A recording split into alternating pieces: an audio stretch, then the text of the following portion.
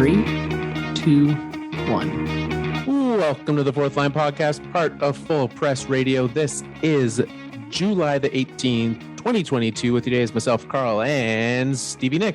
For our second last Monday night together doing the show. I was going to say, we still might have Monday nights together. We just won't publish it. Yeah, exactly. Then the real conversations can happen. Hey, we can just pop on the Shania Twain and just hash it all out. You know what? If there's any man of mine that I'd rather be with, it's you. Absolutely. Oh, thanks, Carl.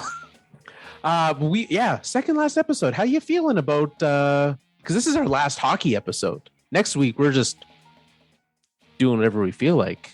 Yeah, I mean, like the news is drying up pretty quickly here the last few days, so the timing is good. But I'm feeling a little anxious. We had some talks this week. I'm sure you put some thought into what you wanted for this final episode. We've been figuring it out.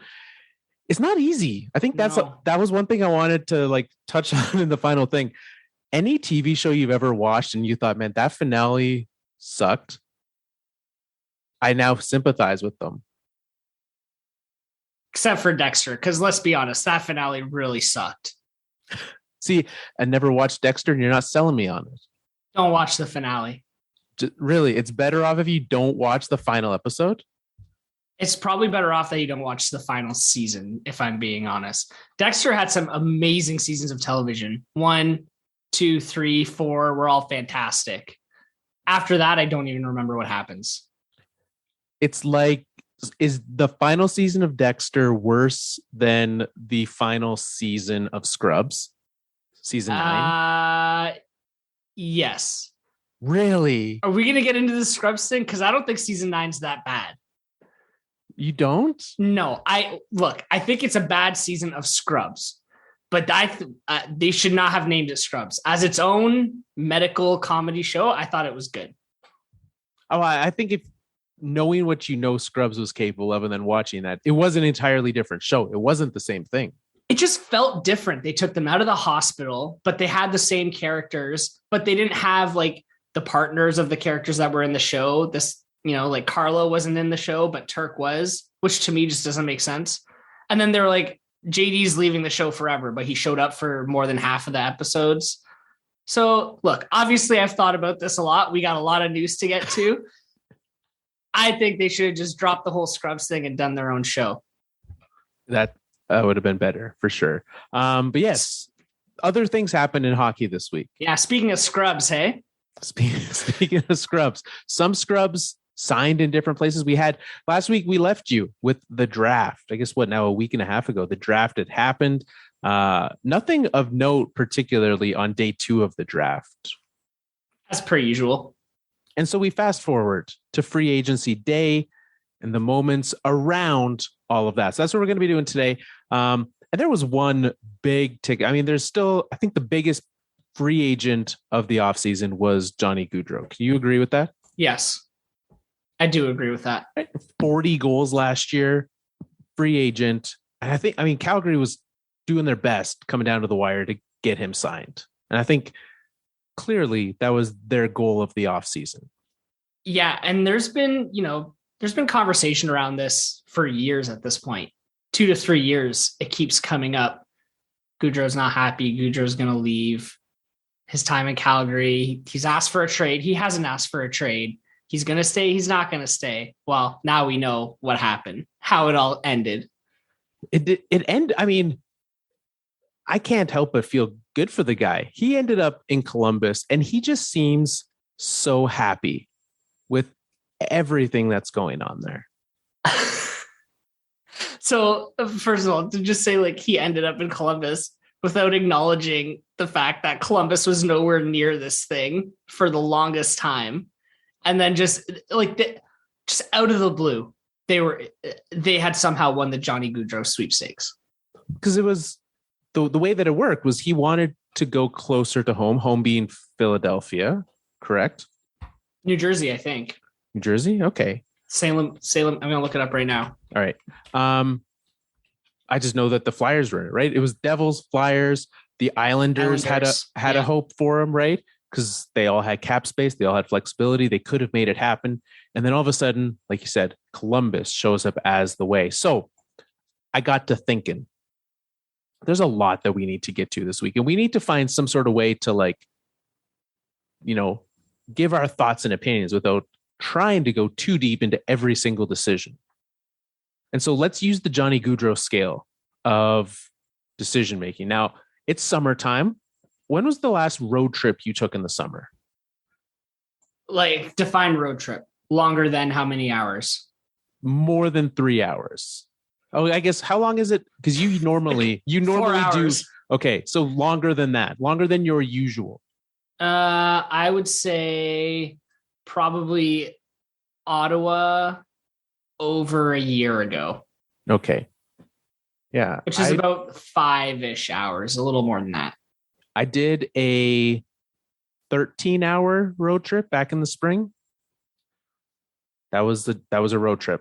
Did you do it all in one go, or did you rest halfway? No, all in one go. I think we drove Thursday.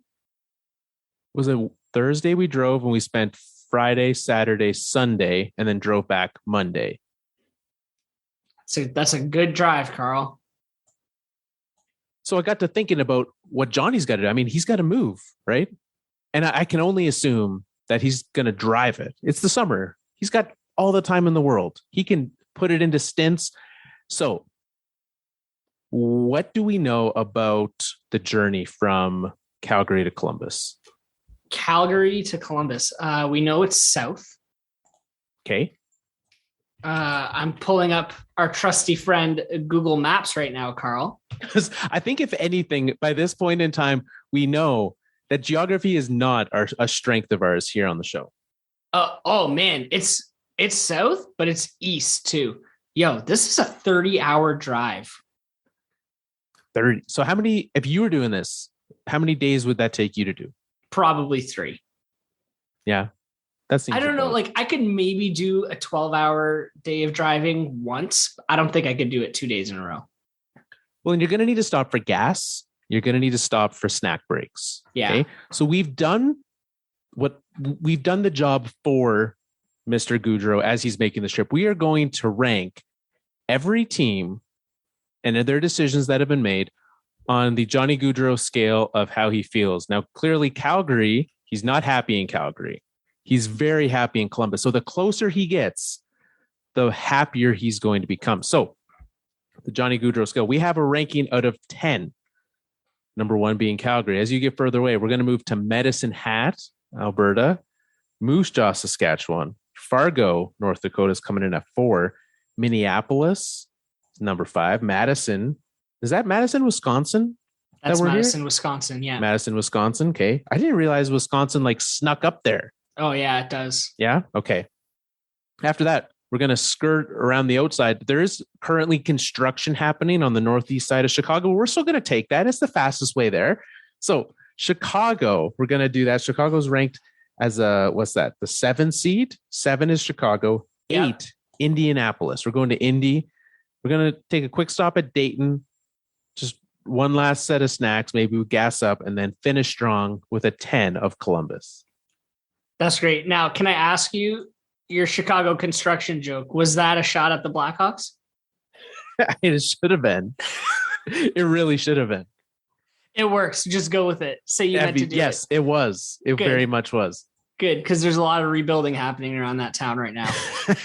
So let's start with Calgary and Columbus. Because, I mean, Calgary has more things to worry about than just Johnny Gaudreau, but it was a big piece. So how would you rank the Calgary Flames offseason and what they've done or haven't done so far? I think I got to give Calgary a big L. Like, they are ranked as Calgary in my books. Losing Johnny Gaudreau is bad.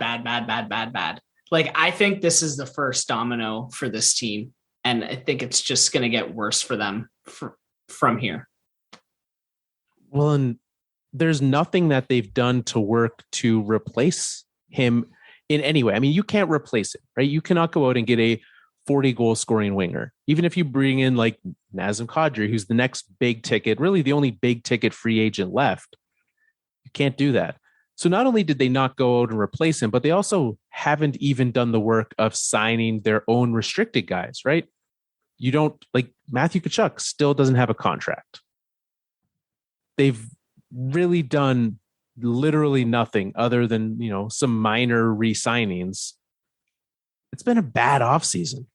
Yeah. Yeah. You really look, you can never give up on a guy like Johnny Gaudreau, but the fact that he made it to actual free agent day, whatever day that was this year, I don't even remember what the actual date was. Like, you got to start putting contingencies in place, and you got to figure out a way to work around that if he doesn't come back. You don't give up on him, but you got to start thinking about other things. And it just feels like they had nothing. Like they had no contingency plan in place if Gaudreau left. Which, so Kadri did when he was a free agent or when he was traded, right? He had a trade list that he could have. Calgary was not on his trade list. So he already at one point said no to Calgary. And for whatever reason, he didn't want to come here. And perhaps still is not in that place. So, well, his side has come out and said he only wants to go to a contender. And there is no, Calgary is not a contender without Johnny Gaudreau. Even if you were to swap Gaudreau for Kadri, who I not scoring 115, 117 points last year, but still a good player, how much worse do they get? Because they were a second round team. They're maybe a first round team if they make it. Okay. To me, Kadri is way more of a support piece than like the main star.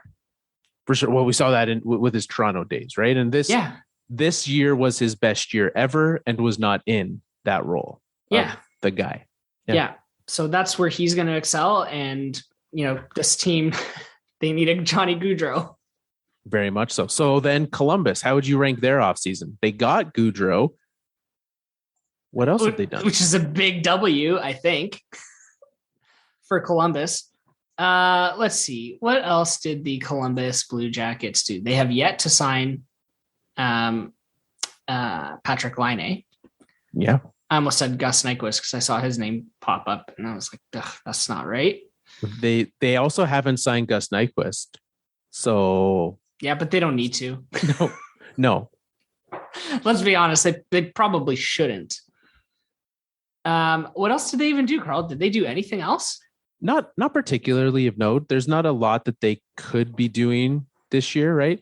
Like they've got their goalies, they've got guys on defense. They locked up Zach Werenski previously and traded Seth Jones. So that's done as well. So I think the big win for them is it hasn't really destroyed this narrative that players don't want to go to Columbus, but by signing Gaudreau, they're starting to chip away at that reputation a little bit, right?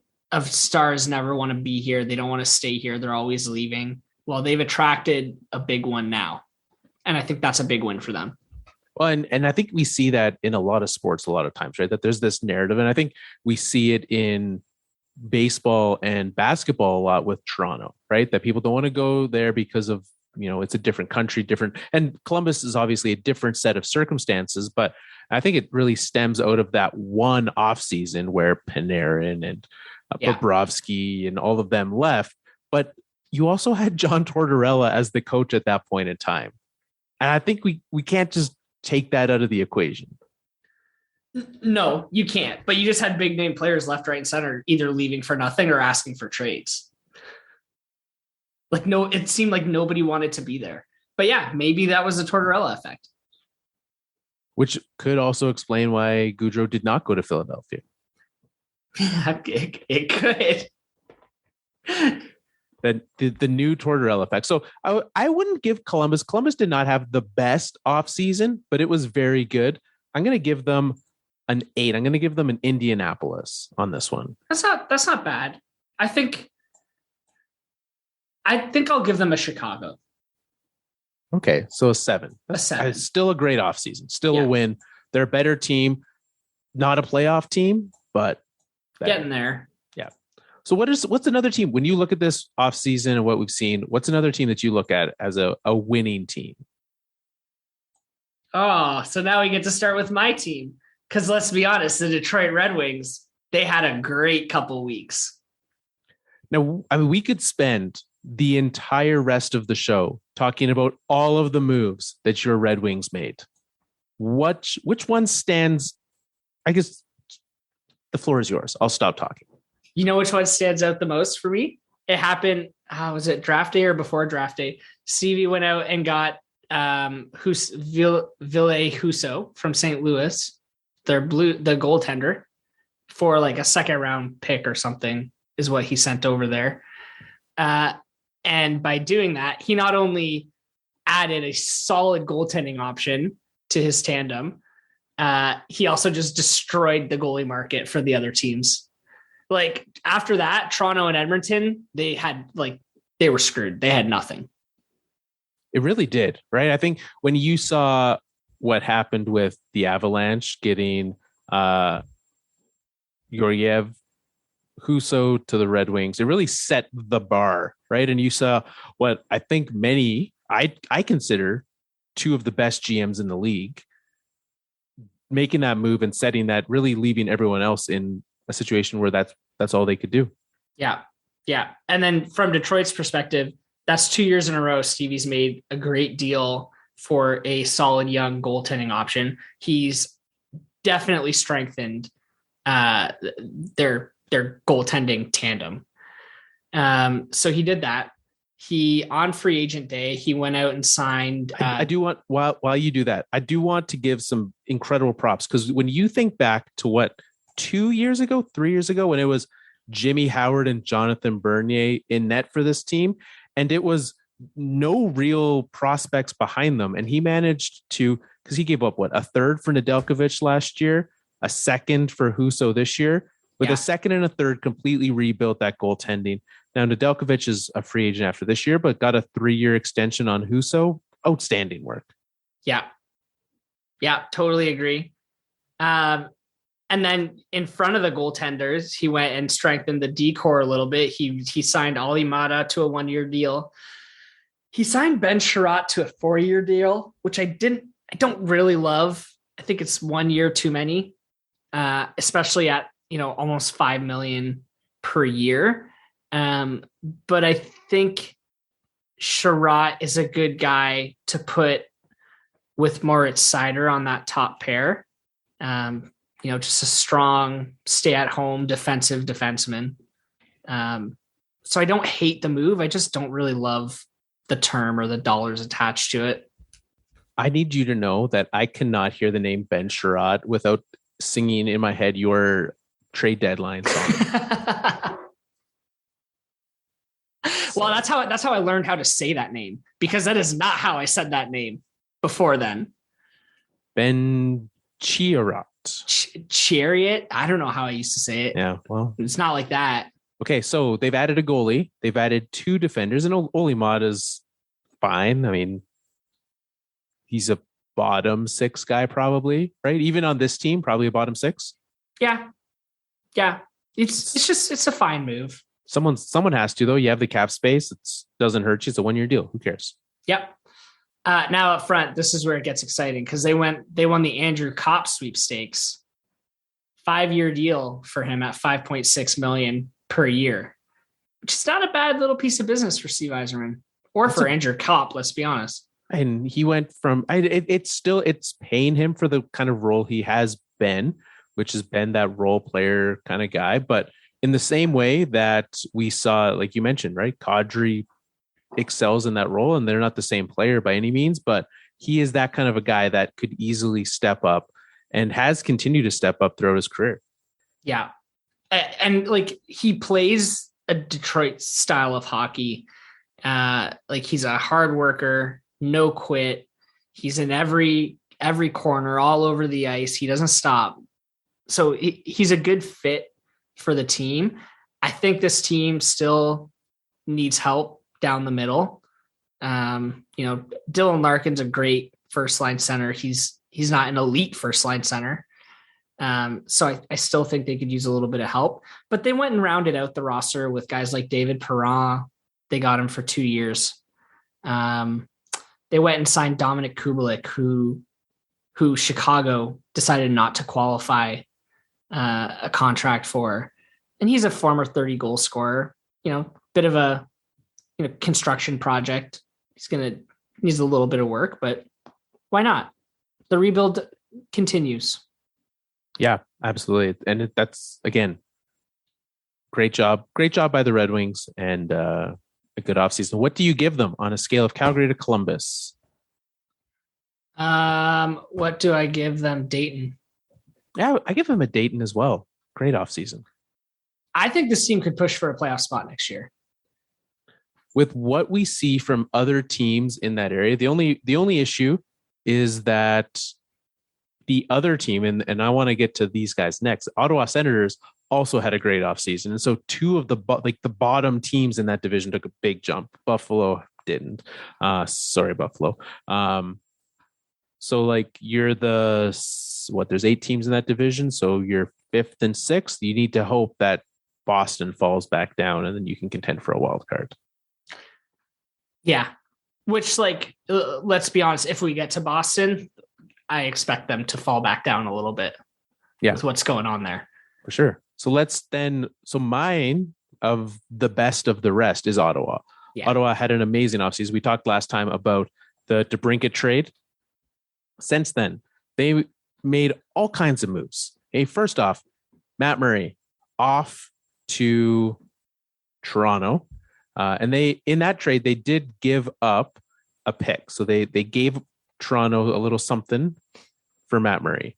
What, a third? Toronto got that, which is weird because Toronto also was paying we'll get to Toronto. Okay. It's fine because in the end, right, they used that cap space well, I think. They brought in Cam Talbot, who is an improvement over Matt Murray. Yep. Spoilers, Toronto should have just brought in Cam Talbot. And then also went out and signed Claude Giroux, which in 3 years, 6.5, not a long deal.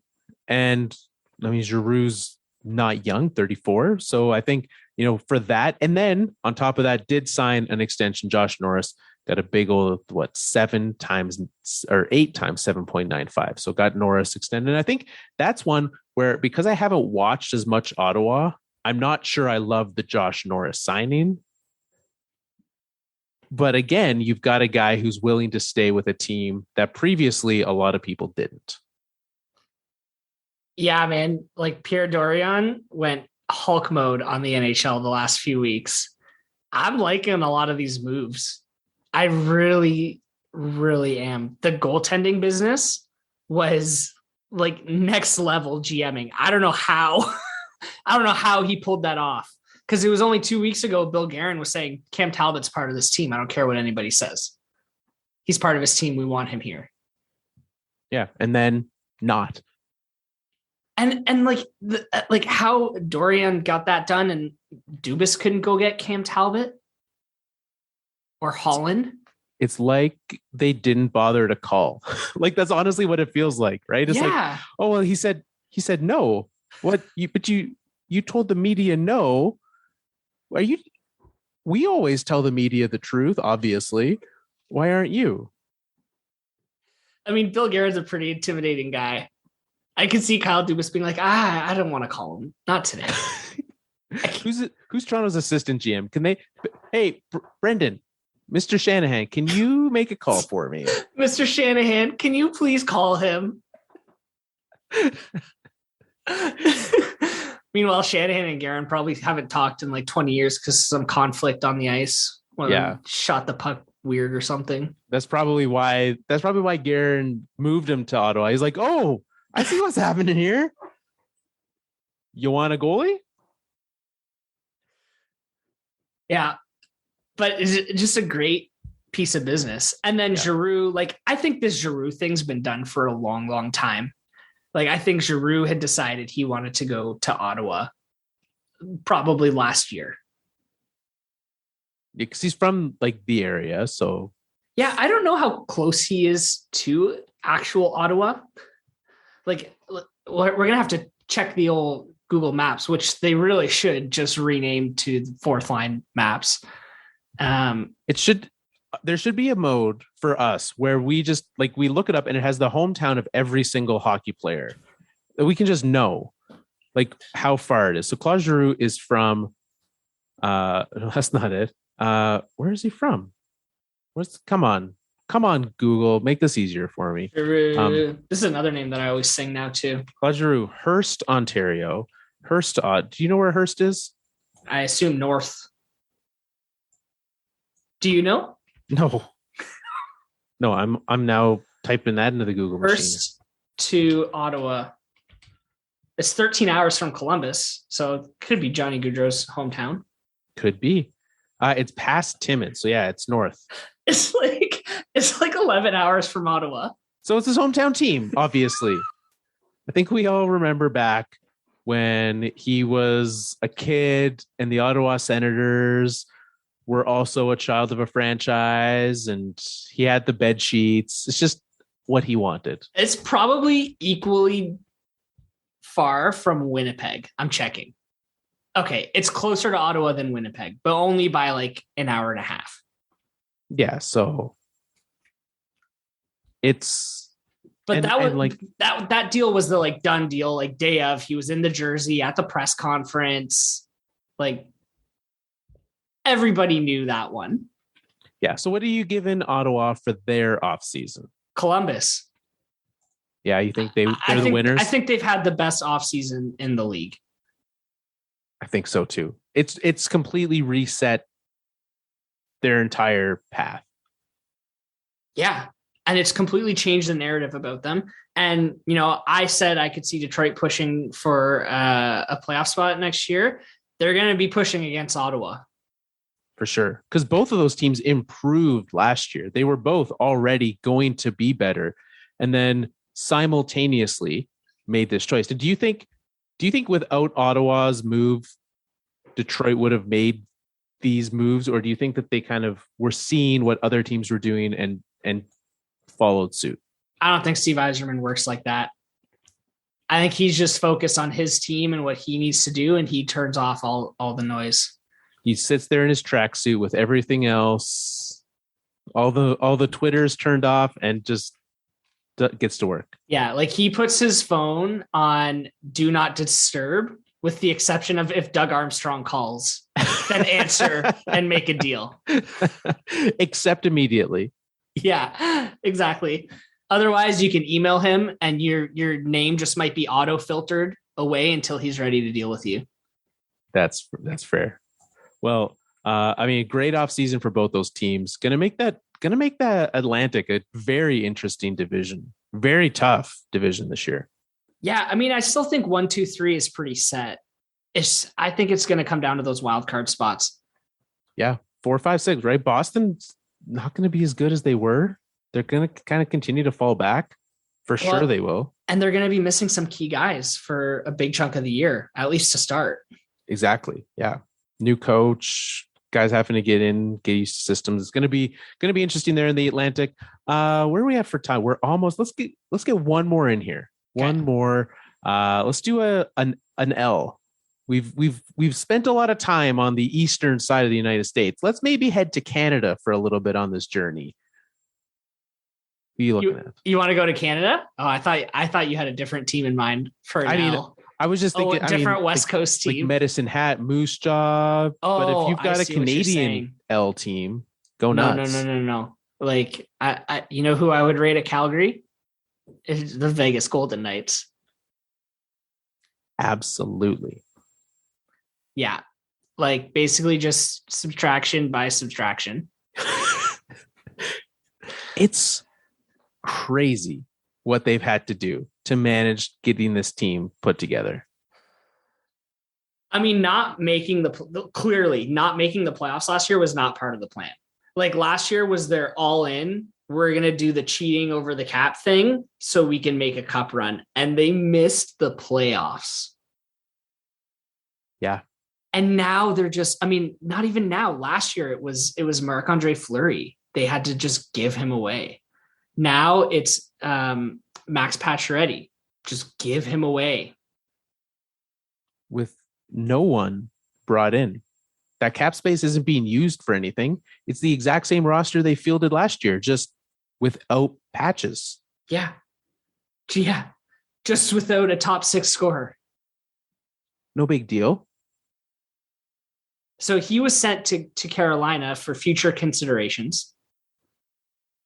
And I really appreciated the Carolina Hurricanes tweet where they said, "Thank you for all you've done for us." And it was a graphic that just said future considerations. I know that like now their feud with Montreal is over and done. They're just picking on whoever they can. Oh, I love it. I mean, and there's a team that's making some good moves too. So they can.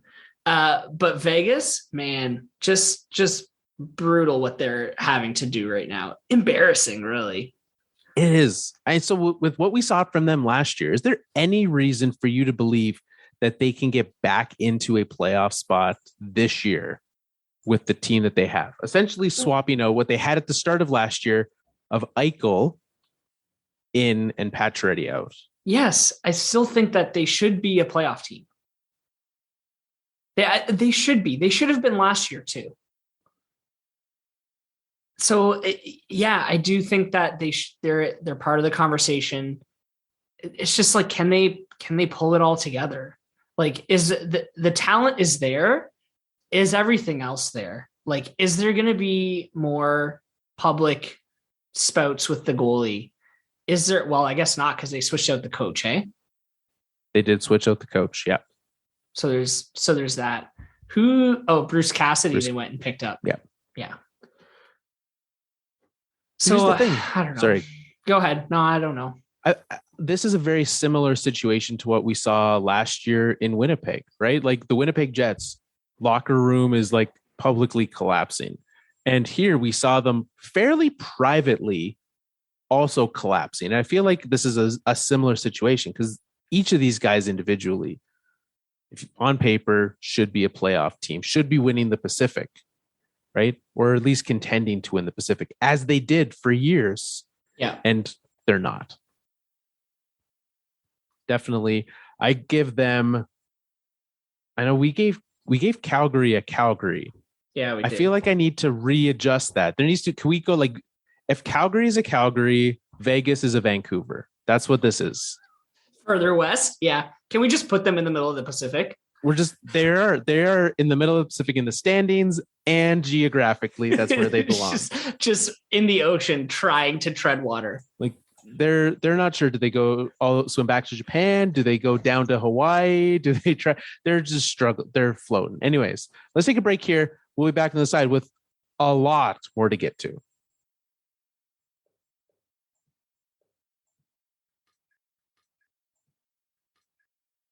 Three, 2, 1. All right. I hope that was a short break because we got a lot to get through still. So much. Well, looking at this list, I while you went for a quick jog around the block during our break there, I took a look at the rest of these free agents, and there's, I mean, like every offseason, there's so much to get through. There's definitely going to be some we don't get to today. That's okay. Yeah. Like, let's say this. Rob Thomas, definitely still best in Matchbox 20. And no one told the St. Louis Blues that. I was wondering where you were going with that one. That's all we need to say about the St. Louis Blues offseason. We're done. See? Quick little thing. Easy peasy. Good things. Otherwise, we would have been here till 3 a.m. I wish I thought of more Matchbox 20 songs. All right. Let's stay. I want to stay. You mentioned Canada. I want to stay in Canada and take a look at the Edmonton Oilers. Their moves, I mean, they needed to do something this offseason. Mike Smith, likely, I mean, he's might not play at all this year in net. Mikko Koskinen will not be. He's not even around on the team. He's gone back. He went to Europe. Yeah, he went to Europe to play. So they had some things they needed to get done. Jesse Puljujarvi, Kyle Yamamoto, restricted free agents, and Puljujarvi kind of, ever since he went to Europe and then came back, has kind of always been on the trade block. Evander Kane was a free agent and they needed to fill that goalie hole. They kept Evander 4 years, 5.125. Shockingly good deal for Edmonton. For the team? Yeah. Yes. I agree. Yeah. I agree. I mean, the thing is, it's Evander Kane. And I don't think he's made it through any of his contracts without some sort of drama with the team and the locker room. So we'll see. It always seems to go good at the beginning and then it starts to fall apart. Well, if they can get through 2 seasons, those extra 2 seasons, I think, are fine to be bad, right? You can buy that out. You can do whatever. It's not a terrible deal. And I think a really good, I mean, if it falls apart this year, you can send me an email, which I will filter in Stevie Y fashion and ignore it. But if I'm wrong and it's terrible this year, then whoops. I mean, if they're going to give us more of what they gave us this year after they brought him on board, then that's a great thing for this team. Absolutely. Then they did go out and get a goaltender, 5 years for $5 million, Jack Campbell. It's fine. I don't know. Too long, I think, by like 2 years, but I don't know. Jack Campbell's not a great goalie, but he's not a bad goalie. He's just, he's fine. That was kind of the theme of these goalies, right? Like he signed a very similar deal to what Darcy Kemper got. And it's like, do we need to give that length? Jack Campbell is a 30-year-old goalie who's had one good season and he just got paid $25 million for it. Yeah. But I think it's safe to say that the days of the Carey Price, Sergei Bobrovsky goalie contracts are over, right? I think unless you're Andrei Vasilevsky, Igor Shesterkin might get one. That's about it. Unless you are the best and you peak at the right time, like you are a free agent signing a contract after a Vezina, then you'll get it. Man, just none of those contracts age well at all. I think would you agree? I think I definitely agree. We would not be seeing a free agent. I don't think we'll see one with a guy moving teams on that big of a deal. No. I think those days are over. But look, Edmonton needed to do something in net. Did they improve their goalie? Sure. I think probably Jack Campbell will be better for them than Mike Smith was. For sure. Especially this coming year's Mike Smith, right? Like there was no choice. They had to do something. Yeah, for sure. So yeah, I don't know if I would call that winning the Jack Campbell sweepstakes, but they went and got a goalie. They did get something in the Jack Campbell sweepstakes. Yeah. So where do you put this team? Because I don't think it's as bad as, I don't know. I'm not even sure that it is bad, but it's not great. I think it was fine. Like where we have maybe a Minneapolis. We haven't really gone to Minnesota yet. And like, I'm not giving it a Minneapolis. I'm actually going to give it a St. Paul. It's the other Twin City. So it's not as good. Okay, fair enough. But St. Paul's further east if we're sticking with our geography. Okay, first off, I've never been to either of these, and I know nothing about Minneapolis or St. Paul other than that they're the Twin Cities. Yes. That's all I know as well. I've never been. And you just looked them up on a map. I'm just looking at the map right now, and I noticed St. Paul was further east. Well, then I guess it is more Minneapolis than St. Paul. Yeah, there you go. All right. What would you give it? You agree? Yeah, I'd put it in Minneapolis. Like they addressed the things that they needed to address. Yeah, but they're still not even the better Twin somehow. Somehow. That's always true of Edmonton, though. If you lost track and are not on board with the geography, that's a 5 out of 10. Yes. In case you're not sure. I assume everyone is just going back and just re-listening to that clip with the timestamp that they've written down on the palm of their hand. Like, okay, they've just got some running notes here. Yeah, because as it was happening, they're like, "Oh, this is a very important moment." This might be the last important thing that these guys ever say on a podcast. Yeah, because there are so many, right? It would also be the first, probably. Absolutely. Well, let's stick. Jack Campbell left Toronto, leaving them with a hole. We talked about their pickup of Matt Murray, a downgrade. They went. One thing that I noticed a lot of teams did, and I don't get it. There were so many teams that made some terrible decisions with qualifying offers. And Ilya Samsonov, one who did not get one from the Washington Capitals. The Blackhawks also made just bewildering choices there. Like, you could get something for these assets. You don't need to just let them go for free.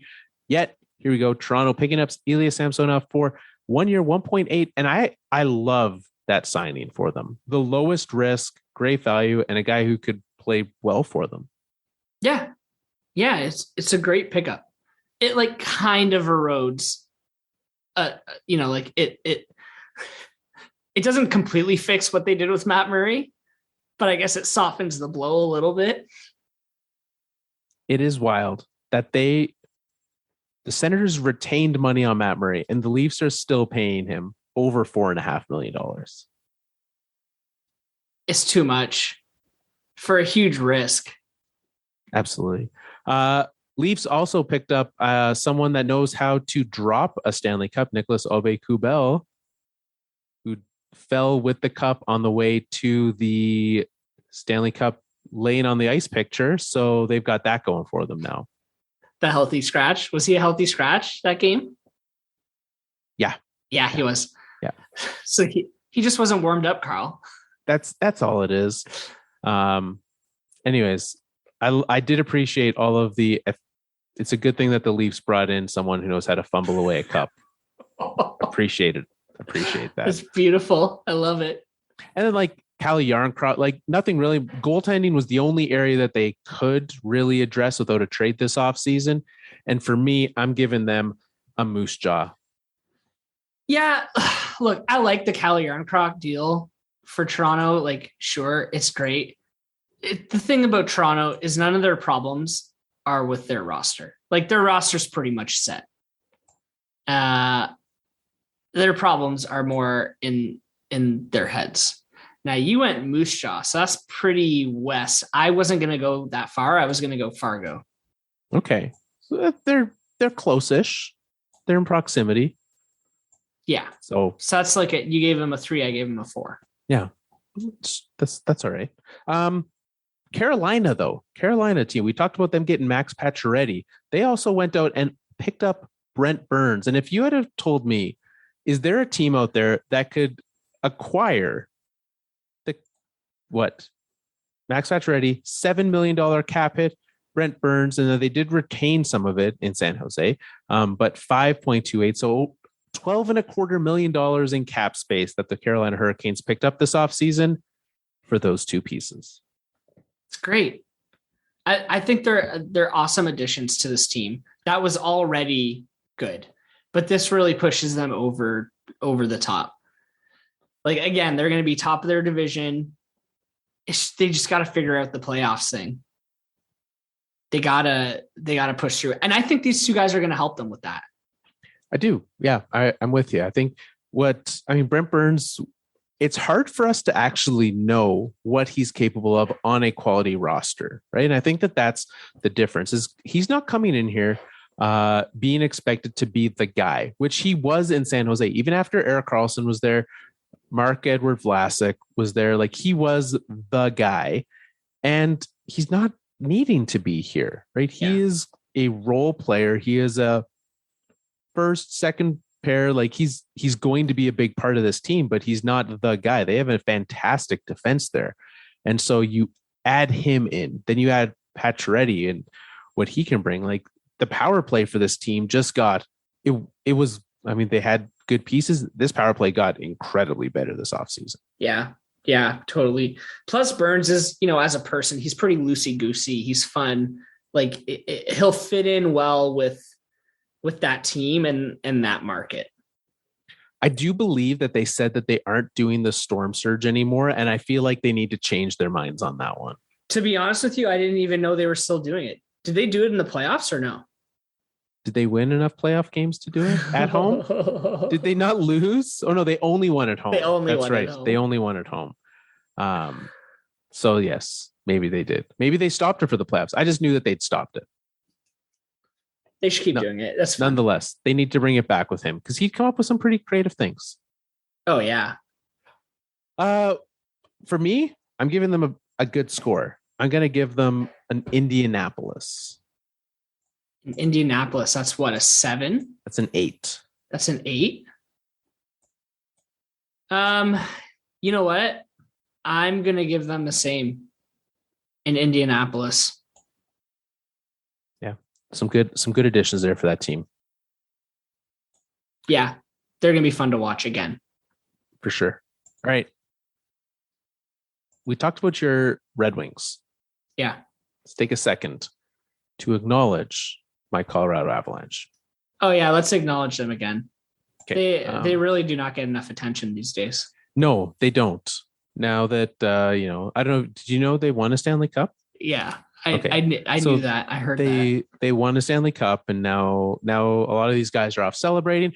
But here, and this is what kind of was expected of this offseason.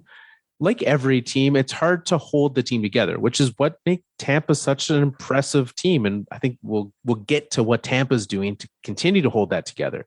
Colorado, and they went out, got a goalie, Georgiev. So you kind of knew Darcy Kemper's days were numbered. He ended up in Washington, a fine pickup for Washington. They needed somebody. And it honestly seems like, Washington and Colorado have switched goalies a lot through the years. That's where his name is slipping my mind. Well, Varlamov came from Washington, and the guy who's in Seattle now was from Washington. Grubauer was from Washington. And now Kemper goes back to Washington. So that pipeline is open still. Andre Burakovsky joined Grubauer in Washington. Seattle. Jeez, I'm struggling. This is 2 more weeks, Carl. It's time for us to wrap up. They also lost. Names are slipping my mind. That was the big piece they lost. Burakovsky and Darcy Kemper. They did keep, and this is one that I wasn't sure if they were going to. Josh Manson stuck around, which gives them a ridiculous defense. They had a great defense already, but him staying kind of keeps that defense that we saw through the playoffs. So you get a healthy Sam Girard. Now you've got Cale Makar with Devon Taves. Keep that pairing going for sure. Then you've got Girard and Manson. You've got Byram and Eric Johnson. Eric Johnson's not great, but as the 6th defenseman, fantastic. Yeah. It's totally fine. And it's great to pair him with young guys like Bode Byram. Yeah. And then they also kept Artturi Lehkonen around 5 years, 4.5 from him. So he'll be around for a while.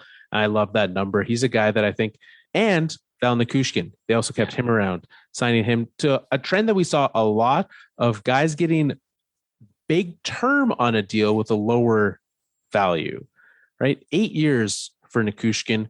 And there were some other signings that we saw with this. And I think it kind of sticks out to me that these guys I think some of the players have seen the struggles of the NHL and pandemics and work stoppages and all these things. And they're like, look, I want to get mine, and I want to get mine now. And I'm not doing a bridge, and I don't want to have to do free agency again.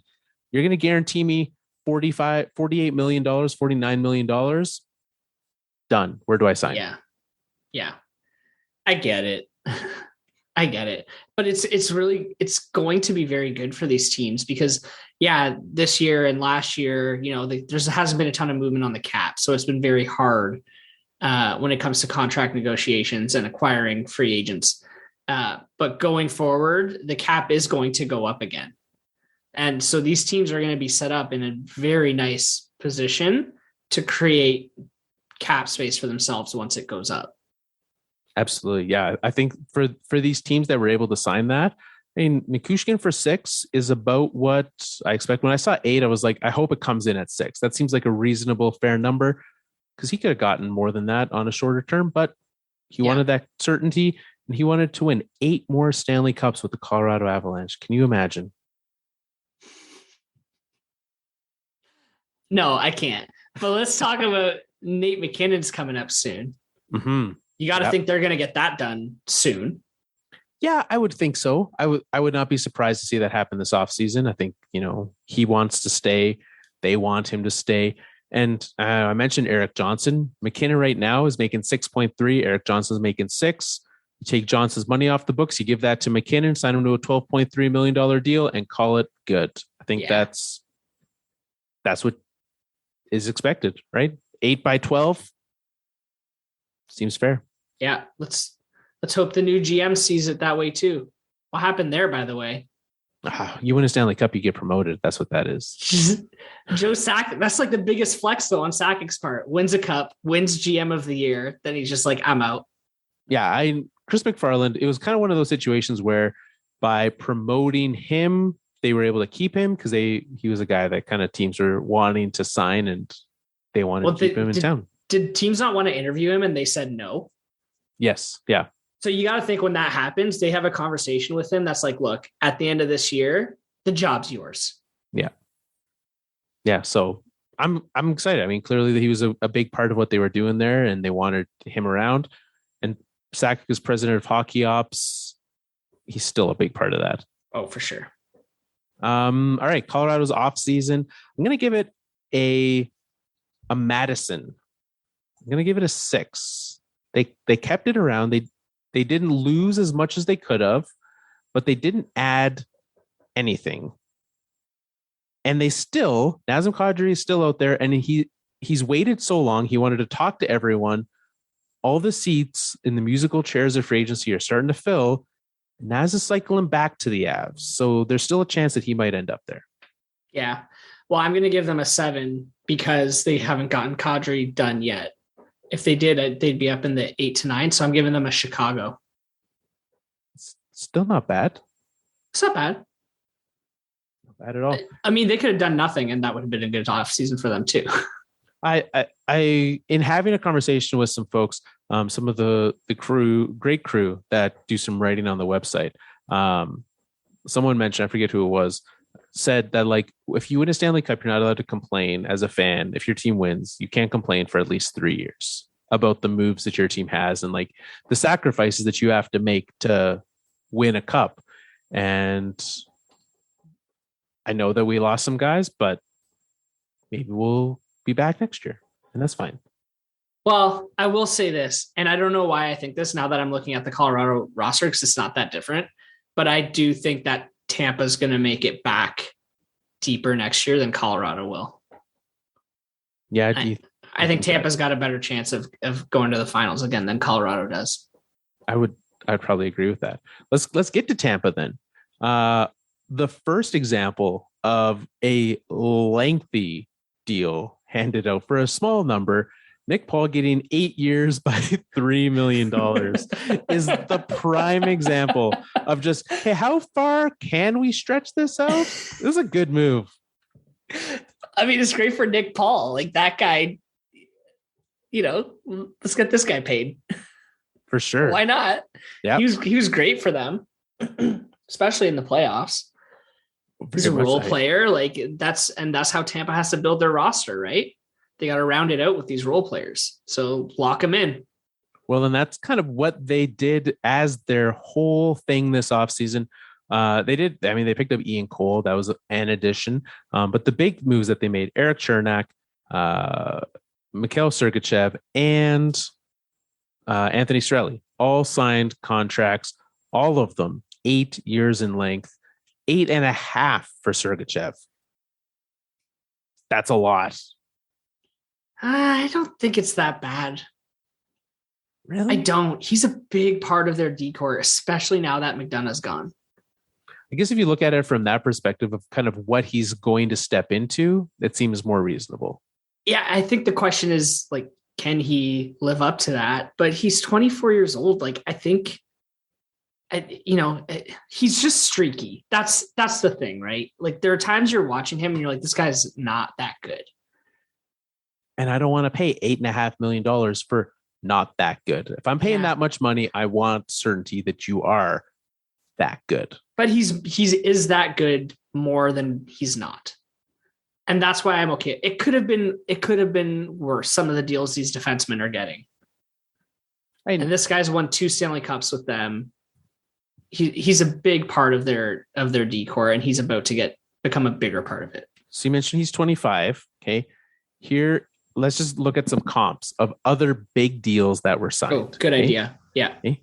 Adam Fox, 7 by 9.5. Okay. Charlie McAvoy, 8 by 9.5. Okay. Quinn Hughes, 6 by 7.85. Okay. Colton Parayko, 8 by 6.5. Okay. He made $2 million more than Colton Parayko did. And I know like Parayko's a little bit older, but still, that's a lot more. I don't know. See, to me, that slides in exactly like that scale makes perfect sense to me. Like he should not be getting, who'd you say first? Adam Fox and McAvoy money. Mm-hmm. But he should probably be making more than Quinn Hughes. See, I don't think he should. I mean, I guess Quinn Hughes also has a small sample size. Sergachev, we know a little bit more. Yeah. Okay. I don't know. I came to this to convince you that you were wrong, and it backfired, and I've been convinced that I was wrong. It doesn't happen very often. All right. So that was the first signing that they got. They also gave Anthony Cirelli 8 years, and he's making, I don't see him. Oh, there he is. 6.25. And that doesn't kick in for another year. So they actually have him for 9 more years, Anthony Cirelli. Same thing with Sergachev, and same thing with Eric Chernak. His deal also doesn't kick in until next year. And this is one I really appreciated what he brought to Tampa this playoffs. Watching that series against Colorado, when he got hurt and went out, this team fell apart without him. He was a huge piece of this team. And I think 5.2 is a great number. Yeah. Like all these numbers are pretty reasonable to me. Anthony Cirelli's maybe a little high at 6.25, I think. But it's clear to me that the goal was like, let's just keep our core together for as long as possible. Right. And that's essentially what they're doing, because they've got Kucherov till 2027. They've got Point till 29, I think. And now they've got Sergachev, they've got Cernak, they've got Vasilevsky done till 29. Stamkos is up in a couple of years, but he'll be back. Anywhere. Yeah. Hedman's got another few years, and again, he'll be back. Like they're keeping this team together for as long as possible because they believe, I agree with them, that they're not done yet. Very much not. No, losing one Stanley Cup is not a reason to blow up a roster. No. When you won the 2 previous ones, they've made it 3 years in a row, and they'll probably be my pick. If I had a podcast still next preseason, they would be my pick for who would make it from the East. Yeah. I think mine too. So I'm going to give them, they did some good things. They added nothing real. I guess they were the ones that added Ian Cole. They moved out Ryan McDonough this offseason. I'm going to give them a nice, healthy, I want to give them a 7.5, but I don't know what's halfway between Chicago and Indy. Lafayette. Let's give them a Lafayette. There you go. That's what I'm going to give them. 7. Chicago's a 7. Chicago's a 7, Indy's an 8. Yeah. I'm going to give them, I'm looking for a city here. Rockford, which is halfway between Madison and Chicago. Okay. So you're giving them what's that? 6.5. 6.5. Okay. Because they did a pretty good job of just keeping everything stable. Yeah. And it didn't require a ton of work. No, they kind of just called the people and said, hey, do you want to still do the thing? And they were like, yeah, I want to do the thing. And so they did the thing. Yeah. Yeah. Let's see. Pittsburgh, they made some interesting moves. They did manage to keep everyone in play. This is one that it felt like, Johnny Gaudreau kind of looked like he was leaving, and he did leave. Evgeny Malkin essentially was out the door and came on back. Yeah, it's because you got a call from Sidney Crosby being like, yo, bro, come on. You're not going anywhere. And Malkin was like, okay. He's like, can I get Crosby money? And Crosby is like, no. Do you really want to play with someone that's not me? Because why? Who are you going to get that's anything like me? 4 years for Malkin. I don't know. He's older than I thought he was. He's 35. He's getting to a point in his career. Like, personally, I don't know if he's going to finish out this contract. I think he'll end up on the LTIR at some point in the next 4 years. Him and Letang, I don't think finished these contracts. Letang's, yeah. Well, Letang signed 8 years, didn't he? I think 6. 6 years? 6 by 6. That so contract is so unnecessary. They got the same price tag, 6.1 for both, 4 for Malkin, 6 for Letang. But yeah, neither of them did. Rickard Rakell did stick around. He got a big deal. $5 million. I think that was another 8-year deal. I just need to double check that here. And that's reasonable. It was not 8. It was 6 by 5. Yeah, that's a reasonable cap hit for that guy. Yep. And then defense, right? Picked up Jeff Petrie, who should have been a big trade deadline piece for Montreal last year, was not got moved now, and moved out in a corresponding trade, moved John Marino to the Devils, which is a good pickup for the Devils, but an improvement defensively for Pittsburgh. Yes. Yeah, that Jeff Petrie deal is funny because I feel like he's a good fit for Pittsburgh. But I also feel like Matheson is a good fit for Montreal. That trade just seemed to work out for both teams, in my opinion. In terms of the team on the whole, other than the defense piece, they haven't changed much. And they're not that good. They keep getting worse. Every year, they progressively are worse than the year before. Yeah. So when we talk about teams like Detroit and Ottawa possibly pushing for a playoff spot, these are the guys that they're chasing down. Yeah. And Pittsburgh, Boston, those are the teams that are on the downswing right now. Yeah. And I could easily see it. They do still need, they gave up some pieces to get Kasperi Kapanen a couple years back. They do need to still get him signed. He's restricted. Do they have a cap space for him? Yeah, they do. Yeah, 2.8. I think he'd probably get a little more than that, but should be enough. Yeah. What do you give Pittsburgh for this offseason? I want to give Pittsburgh, I think I might go back to Canada. I'm probably going to give them this continent is so big.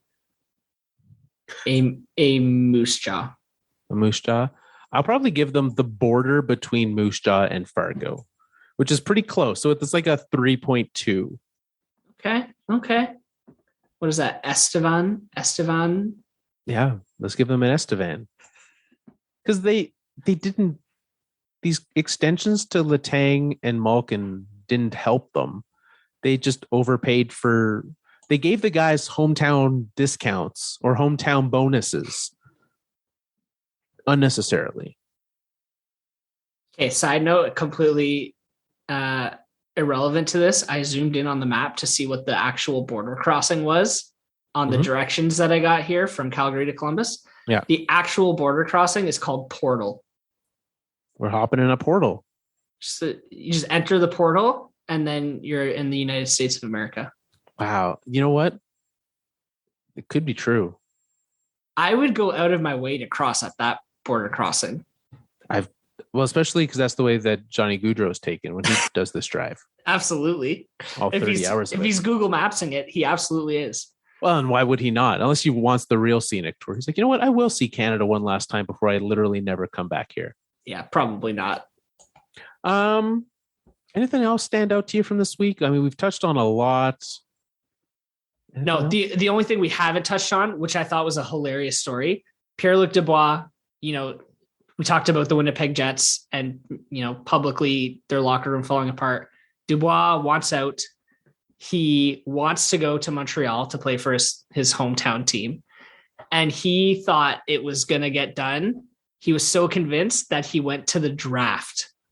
he was present at the draft, thinking that his name would be called in a trade. So you could, I don't know, what would you do? Like just walk down to the Montreal table? Like shake hands, sit down and like help them with their decisions. So you got to wonder who's more disappointed that night. Who's sweating more as they're sitting in their seats waiting for their names to be called? Some prospect who's sliding down the rankings, or Pierre-Luc Dubois? Who's given the dirtier looks to the Montreal draft table? Shane Wright or Pierre-Luc Dubois? There's only one way to find out. Only one way to find out. Check the tape. This is an audio podcast, so I think we'll leave that to you to do. Yeah. But that's it. That's our final hockey episode. We're home stretch, man. Like the very, very home stretch. One more week. This time next week, and we got. And I appreciate, and I know. I won't speak for you. I really appreciate the kind messages and the kind words that you have all sent. I think it's easier for us to sit here and just like talk and not fully realize that like there are people who listen to us as their like favorite hockey show every single week. And I appreciate those that have reached out and let us know that we'll be missed. But we're not done yet. One more week. So this time next week, and you know what? It very well might be a little longer than an hour. It might be shorter. Who knows? Maybe it's one of those weeks where we sit down and we say, hey, if it's a short one, that's okay. But it's probably not going to be a short one. No way. I've given up on that notion. So we'll be back next week with the final Fourth Line podcast. It feels weird at this point just saying all the things, but this is my last time doing it because next time it really doesn't matter. Because you don't subscribe for more, but do subscribe. Next week is our final episode ever, unless Jamie Benn catches us. We need to make up more content.